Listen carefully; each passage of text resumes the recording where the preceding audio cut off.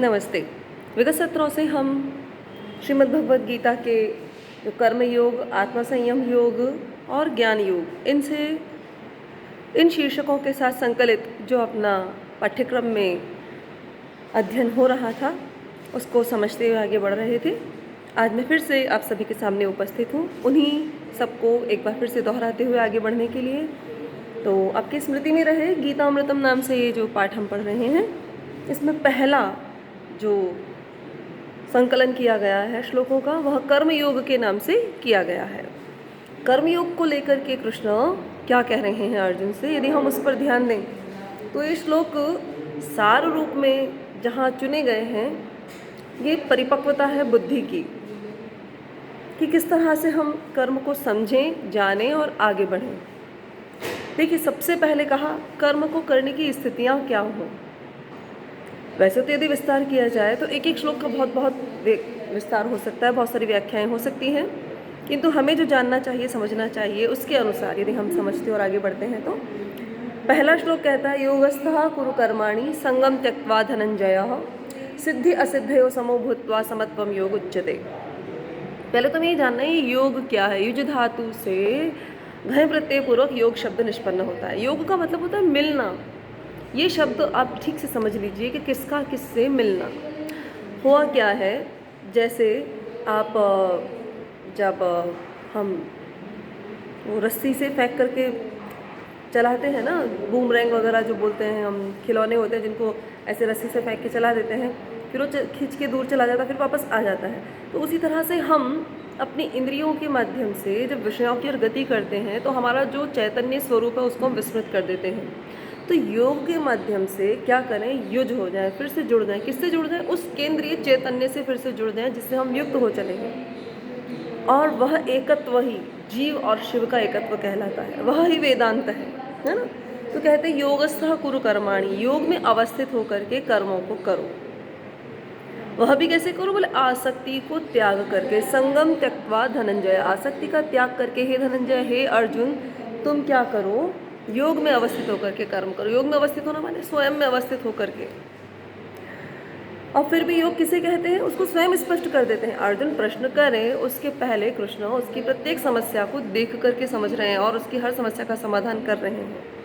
कहते हैं सिद्धि असिद्धयो समो भूत्वा, सिद्धि और असिद्धि में समान होकर के, सिद्धि और असिद्धि में समान होकर के, आसक्ति का त्याग करके योग में अवस्थित होकर के कर्म करो। तो बोले महाराज योग किसको कहते हैं? बोले समत्व ही योग है। बोले समत्वम योग उच्यते, समत्व को ही योग कहते हैं। ये समत्व क्या है? समत्व यह ही है कि सिद्धि है चाहे असिद्धि है, आप शांत स्थिर बने रहें। अब सिद्धि असिद्धि में हम शांत और स्थिर कैसे रह सकते हैं? तो उसका सूत्र यह है कि हम इस तरह से शांत रह सकते हैं कि हमने अपने कर्तव्य कर्म का परिपालन किया। हम क्या करते हैं? अपने कर्तव्य का पालन करते हैं। अब कर्तव्य पालन से हमें संतुष्टि ही होनी चाहिए। तो फिर जब संतुष्टि का भाव होता है तो उसमें ना हम प्रसन्न होते हैं ना हम अप्रसन्न होते हैं। इसी को फिर समत्व कह दिया जाता है। तो योगस्थः कुरु कर्माणि, योग में अवस्थित होकर के, संगम त्यक्त्वा, संग में आसक्ति का परित्याग करके, सिद्धि असिद्धयो समो भूत्वा, सिद्धि और सिद्धि में समान होकर के, कर्म कुरु, तुम कर्म को करो। क्योंकि समत्वम योग उच्यते, ये समत्व ही योग कहलाता है। अथवा तो क्योंकि समत्व ही योग कहलाता है इसलिए तुम आसक्ति का परित्याग करके, सिद्धि असिद्धि में समान भाव रख करके, योग में अवस्थित होकर के कर्म करो। ये श्लोक हुआ। फिर कहता है नियतम कुरु कर्मत्वम, भाई कर्म करना क्या आवश्यक है? तो कृष्ण कहते हैं नियतम कुरु कर्मत्वम, कर्म तो करना तुम्हारे लिए आवश्यक ही है। कर्म ज्यायो ही अकर्मणः, कर्म ज्यायो ह्य अकर्मणः, निष्कर्म बने रहने से, निठल्ला बने रहने से, कार्य नहीं करने से, क्रियाहीन होने की अपेक्षा बहुत अच्छा है कि हम कर्म तो करें। क्योंकि निश्चित रूप से कर्म करना ही है। कर्म ज्यायो ह्य अकर्मणः, अकर्मण होने की अपेक्षा, अकर्मण्य होने की अपेक्षा कर्म करना ही श्रेष्ठ है। शरीर यात्रा भी चाहते न प्रसिद्ध है अकर्मण, और शरीर की यात्रा भी सिद्ध नहीं हुई, हमारा जीवन निर्वाह भी नहीं हो सकता यदि हम कर्म ना करें तो। यानी कर्म करना हमारे लिए अत्यंत आवश्यक है। निष्कर्म होकर के हमारा जीवन ही संभव नहीं है। क्योंकि आपने तो अभी एक बहुत चुनिंदा श्लोक पढ़ रहे हो। एक श्लोक और कृष्ण गीता में कहते हैं कि न तु जातु कश्चित क्षणमपि तिष्ठत्य कर्मकृत, कोई भी व्यक्ति एक क्षण भी कर्म किए बगैर नहीं रहता है। आप कहेंगे ऐसा कैसे? जब आप कहते हो ना मैं कुछ नहीं कर रही हूँ, तो आप नहीं कुछ तो करेंगे, बस ऐसे ही बैठे हैं। तो जब बैठे हो तो बैठे रहने का कर्म हो रहा है। चलिए आप कह दीजिए वो कोई कर्म है क्या, चलो नहीं है, लेकिन आपकी श्वास आ जा रही है, उसके साथ आपका जो चिंतन मनन चल रहा है, आप कुछ न कुछ तो सोचते ही हैं, श्वास तो ले रहे हैं ना, वो तो कर्म हो ही रहा है। इसलिए कृष्ण कहते हैं कि भाई निश्चित रूप से कर्म तो तुम्हें करना ही है।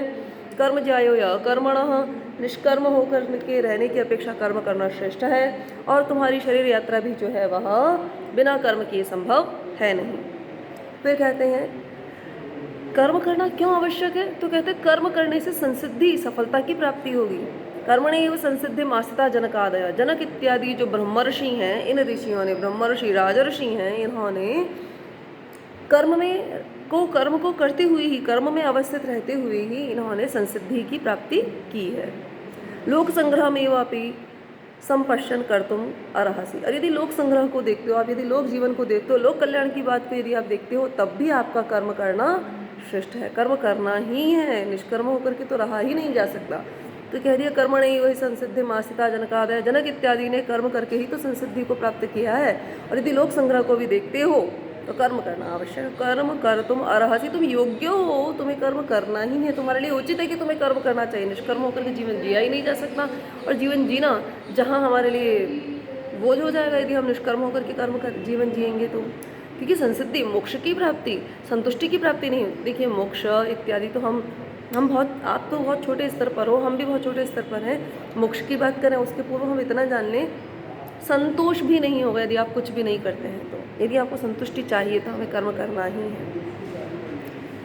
अच्छा, अब आप बोलिए कि आप तो प्रश्न नहीं कर रही कि, तो अर्जुन का जो प्रश्न है ना, उस अर्जुन के प्रश्न को ध्यान में रखते हुए कृष्ण का तुरंत उत्तर है यद् यद् आचरति श्रेष्ठः तत्तत् एव इतरो जनः सयत् प्रमाणम कुरुते लोकस्य तदनुवर्तते। क्योंकि जब कह दिया कि जनक इत्यादि को सफलता की प्राप्ति होगी, मोक्ष की प्राप्ति होगी, तो फिर भी वो कर्म करते रहे। क्यों करते रहे? उसका जवाब यह है कि यद्यद आचरति श्रेष्ठ, जो जो आचरण श्रेष्ठ पुरुष करते हैं, तत इतरो जनः, इतर जन बाकी के लोग भी उसी कर्म को करते हैं। अब देखिए ना, हमारे घर में जो बड़े आचरण करते हैं, जिस तरह से बड़ों का आचरण है, बोलचाल व्यवहार है, ठीक वैसा व्यवहार घर में अन्य बालकों का हो जाता है। फिर वो बालक धीरे धीरे बड़े होते, तो एक परंपरा बन जाती है उस परिवार के लोगों की। तो ये कैसे हुआ? क्योंकि जो जो बड़े लोग कर रहे थे वो छोटे लोग सीखते चले गए। तो व्यवहार है यह, इसीलिए कहा यद्यद आचरति श्रेष्ठ, जो जो श्रेष्ठ लोग आचरण करते हैं, तत्त इतरो जना, तत्त एव इतरो जना, वैसे वैसे ही इतर बाद वाले लोग भी करते हैं। सयत् प्रमाणम कुरुते, वो जिस चीज़ को प्रमाणित कर देते हैं, लोकः तद अनुवर्तते, लोक ही उसका अनुवर्तन करने लगता है, पीढ़ी उसका अनुवर्तन करने लगती है। एक छोटा सा किस्सा इसी बात पर सुन लीजिए। एक परिवार था जिसमें सभी लोग जब भोजन करने बैठते तो बस एक लकड़ी ले लेते पतली सी, उसे बजाए जाते ज़मीन पर। तो एक बार संयोग से वहाँ कुछ लोग, संत लोग पधारे, वो लोग जब भोजन कर रहे थे और उन्होंने देखा कि ये भी साथी प्रसाद पा रहे हैं, तो प्रसाद पाते वक्त, भोजन करते वक्त वो ठक ठक ठक ठक सभी लकड़ी बजाते, बड़े से लेकर छोटे तक। तो उनमें संत जी ने पूछा कि भाई तुम ऐसा क्यों करते हो? बोले हमारे बड़े रे किया करते थे, तो बुजुर्ग किया करते थे। वो क्यों करते थे? पता नहीं। फिर और दिमाग लगाया गया और गहराई में जाकर प्रश्न किया गया, संतों के द्वारा पूछा गया ऐसा कौन करते थे, उससे पहले कौन करते थे, उससे तब पता लगा साहब उनके परिवार में उनका कोई पूर्वज था, वो अंधा था। तो वह अंधा होने की वजह से लाठी पीटता था ताकि उसके भोजन के वक्त कोई जीव वहाँ ना आ जाए, और क्योंकि वो देख नहीं सकते थे इसलिए बजाते थे, और ये बिना देखे ही उसको बजा रहे हैं। इसीलिए कहा कि वह बड़े लोग जो करते हैं, छोटे लोग उसका अनुसरण करते हैं। इसीलिए आपको क्या करना है? आचरण श्रेष्ठ करना है, कर्म करना ही है। यद्यद आचरति श्रेष्ठ तत्त एव इतरो जना, जो जो आचरण श्रेष्ठ लोग करते हैं वह आचरण बाद वाले लोग करते हैं, अन्य लोग करते हैं। स यत् प्रमाणम कुरुते, वह श्रेष्ठ लोग जिस चीज़ को प्रमाणित कर देते हैं, लोकः तद अनुवर्तते, संपूर्ण लोग उसका फिर अनुसरण करते हैं। ठीक है, ये था अपना कर्मयोग का जो श्लोकों का संकलन था, वह हमने पढ़ा अभी। अब हमें जो पढ़ना है वह है आत्मसंयोग नामक श्लोकों का संकलन। आत्मसंयोग जो है, आत्मसंयम, क्षमा कीजिए, आत्मसंयम योग। आत्मसंयम यानी हमारा स्वयं पर संयम होना चाहिए। हम पर जब गुस्सा होता है, जब हम गुस्से पर सवार होते हैं, जब हमारे भीतर गुस्सा समाया हुआ होता है, उस समय में क्या होता है, हमारा अपने ऊपर संयम नहीं रहता। और जब संयम नहीं रहेगा तो फिर हम बहुत सारी चीज़ें, बहुत सारी गलतियाँ करते चले जाएंगे, क्योंकि एक गलती होती है फिर गलतियाँ बढ़ती चली जाती हैं। आप देखते हैं ना, जब एक गाड़ी, सभी गाड़ियाँ खड़ी और एक गाड़ी उस गाड़ी से टकराई, एक से टकराती है एक गाड़ी आकर के, लेकिन वो सारी गाड़ियों को गिराती चली जाती है। ठीक वैसे ही जैसे ही हमसे एक गलती हुई क्रोध की, या हमने अपने आप पर संयम खोया, किसी भी स्थिति में हमारे भीतर कोई भी एक आवेग आया जिसमें हमने संयम को खोया, फिर वह हमें पतन की ओर लेता चला जाता है। और फिर हम शत्रु कौन बने? हम ही तो अपने शत्रु बने। इसी बात को कृष्ण यहाँ श्लोक में कहते हैं, उद्धरेद आत्मानम आत्मानम आत्मना आत्मानम न आत्मानम अवसादयेत आत्मा एव आत्मनो बंधुर आत्मा एव रिपुर आत्मनः। उद्धरेत, अपना उद्धार करे, स्वयं को स्वयं से, आत्मना आत्मानम, स्वयं को स्वयं से, स्वयं का स्वयं से ही उद्धार करे। मनुष्य को क्या चाहिए कि वो स्वयं से स्वयं को जाने, खुद ही खुद को जान सकता है। न आत्मानम अवसादयेत, अपना पतन न करे, अवसादन, अपने आप को हीन न बनाए, अपने आप को गिराए नहीं। आत्मैव आत्मनो बंधुर आत्मैव रिपुरात्मनः, स्वयं ही स्वयं का बंधु है और स्वयं ही स्वयं की आत्मा है, तो शत्रु है। हम स्वयं जब अच्छे कर्म करेंगे, अपने आप को श्रेष्ठता की ओर ले जाएंगे, तो हम अपने लिए बंधुता वाला कार्य कर रहे हैं। और जब हम अपने लिए पतन के कार्य करते हैं, यानी हम क्रोध इत्यादि, असंयम इत्यादि में फंस जाते हैं, उस स्थिति में हम अपना स्वयं का शत्रु बनकर खड़े हो जाते हैं। इसलिए कहा कि यदि मनुष्य को क्या चाहिए कि अपने मन की सहायता से, अपने आप से स्वयं का उद्धार करे और स्वयं का पतन ना होने दे। यह मन ही जो है हमारा आत्मा जो है हमारी, वह ही हमारी बंधु है और वह ही हमारा शत्रु भी है। तो ये मन संयम में कैसे रहे? तो मन को संयम में रखने का बहुत अच्छा सूत्र है श्रेष्ठ आहार विहार। इसी बात को अगले श्लोक में कृष्ण ने संकलित करते हुए कह दिया, युक्त आहार विहारस्य युक्त चेष्टस्य च कर्मसु। जिसका आहार अच्छा है, विहार अच्छा है, यानी भोजन और भजन, कहीं आना जाना, जिन लोगों के साथ जा रहे आ रहे हो, किन के साथ घूम फिर रहे हो, यह सब जिनका अच्छा, युक्त चेष्टस्य, जिसकी प्रत्येक क्रिया युक्त है, संयमित है, श्रेष्ठ है। युक्त चेष्टस्य कर्मसु, और कर्म में, प्रत्येक कर्म में जिसकी क्रिया संयमित है। निष्पृह, जो स्पृहा से रहित है, कोई इच्छा नहीं करता है। सर्व कामेभ्यो, सब प्रकार की कामनाओं से जो स्पृहा रहित हो गया है। युक्त इति उच्यते तदा, तब ही वह योग युक्त, तभी वह संयमित कहलाता है। यानी संयमित होने के लिए हमें जो पहली शर्त है तो वह क्या है कि खाना पीना, सोना, आमोद प्रमोद करना और काम करने की जो हमारी आदतें हैं वो नियमित होनी चाहिए। तभी हम कैसे होंगे? संयमित हो पाएंगे। तो युक्त आहार विहारस्य, जिसका आहार, जिसका विहार, खान पान, भोजन, हलन चलन, जिसकी प्रत्येक क्रिया कर्म में संयमित है। निस्पृह, जो स्पृहा से रहित है, सभी प्रकार की कामनाओं में जो किसी प्रकार की स्पृहा, इच्छा नहीं रखता है। युक्त इति उच्यते तदा, तभी वह युक्त संयमित कहलाता है। फिर क्या कहते हैं? इस प्रकार जब संयमित बन जाएगा तब व्यक्ति को क्या अनुभव होगा? उस अनुभव की बात पर कहते हैं, यो माम पश्यति सर्वत्र। कृष्ण कहते हैं कि जो मुझे सब जगह देखता है, यो माम पश्यति सर्वत्र, जो मुझे सब जगह देखता है, सर्वम च मयि पश्यति, और सभी को मुझ में ही देखता है। तस्य अहम न प्रणश्यामि, उसके लिए मैं कभी नष्ट नहीं होता हूँ और मेरे लिए वह कभी भी नष्ट नहीं होता है ना। वह मेरे लिए कभी नष्ट नहीं होता, मैं उसके लिए नष्ट नहीं होता हूँ, क्योंकि माना ही ऐसा गया ना, हर जगह कृष्ण को देख रहे हैं, हर जगह परमात्मा तत्व को देख रहे हैं, और सब कुछ परमात्मा तत्व में ही जब देखते हैं तो ऐसे व्यक्ति के लिए न तो परमात्मा कभी अदृश्य होते हैं और न ही परमात्मा के लिए वह व्यक्ति कभी अदृश्य होता है। कृष्ण स्वयं कह रहे हैं कि यदि आप ऐसा करते हैं, सभी में मुझको देखते हैं और मुझ में सभी कुछ को देख रहे हैं, तो मैं आपके लिए स्वयं प्रकट ही हूँ, प्रत्यक्ष ही हूँ, अप्रत्यक्ष कभी होता ही नहीं हूँ। फिर कहते हैं असंयतात्मना योगो दुष्प्राप्येति मे मति। क्योंकि देखिए, फिर आप कहिए संयमित होने का क्या आवश्यकता है, संयमित होना इतना क्या जरूरी है? यदि संयमित ना होंगे तो भी क्या हो गया, हम सभी में आपको देख लेंगे ना, तो कहते हैं ना ऐसा करने से नहीं होगा। यदि आप संयमित नहीं रहते हैं तो फिर आपका पतन हो सकता है। इसीलिए कहा आपको संयमित होना आवश्यक है। कहा असंयतात्मना योगो दुष्प्राप्येति मे मति, जो असंयत है, जो संयमशील नहीं है, योगो दुष्प्राप्येति मे मति, उसको योग, उसको मिलना मेरे से दुष्प्राप्य, मैं उसके लिए दुष्प्राप्य हूँ। उसका आत्मा से जो संयोग है वह होना बहुत ही मुश्किल है, क्योंकि हो ही नहीं सकता।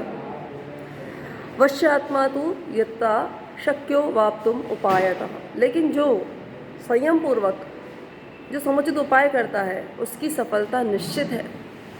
यह मेरा मत है। वश्यात्मना तो यतता, जो अपनी आत्मा को संयमित करके, यत्न करके मुझे प्राप्त करने की इच्छा करता है, शक्य अवाप्तुम उपायतः, मैं उसे प्राप्त हो सकता हूँ यदि वो उपाय करे तो। कौन सा उपाय करे? संयमित होने का यदि वह उपाय करता है तो वह उसे प्राप्त हो सकता हूँ, इसमें कोई संदेह नहीं है।